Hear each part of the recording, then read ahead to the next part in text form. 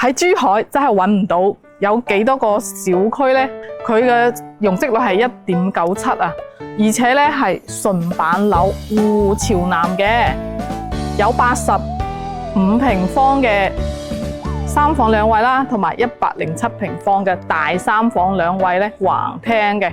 咁喺我哋小區呢，交通非常之便利啊，就係我哋嘅一個市場啦。去街市買餸嘅話呢，亦都會好方便嘅。咁讀書咧，小朋友幾百米咧就到啦。咁我哋離華發商都咧，亦都係1公里咁上下啫，揮揮手咧，亦都到門口噶啦。而家咧，我哋就喺售樓部嘅一個位置啦。咁而家睇到係我哋一個樓盤嘅一個沙盤喎。我哋樓盤咧一共係有8棟嘅。咁前面咧1、2、3、4棟咧已經係售罄噶啦。而家主推嘅話咧係我哋5棟喎，1梯2戶，85平方嘅3房2衛，107平方嘅一個大3房2衛喎，橫廳同豎廳嘅。好啦，後續嘅話咧，我哋都會陸續加推6、7、8呢3棟嘅。而家睇下我哋呢個項目嘅位置啦。我哋項目咧出去3分鐘咧就可以上紅鶴橋啦，咁就可以翻香港啦，去到橫琴啦、澳門啦、購物啦都好方便嘅。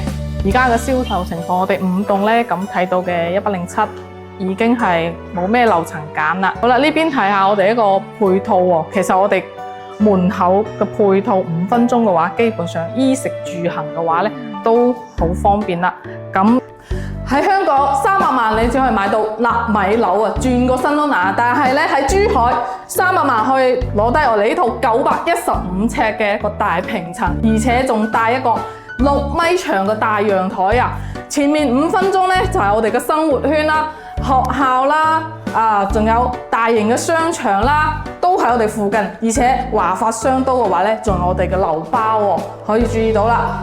呢個係可以做成南北通透嘅。咁喺我哋華發商都嘅樓巴咧，係朝早9點同埋下晝2點咧，分別都有車發車嘅。車票係150蚊。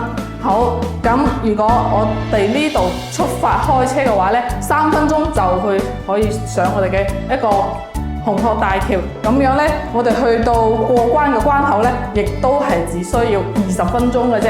有興趣嘅話咧，可以約我睇睇樓啦，車接車送啦。拜拜。記得點讚關注哦。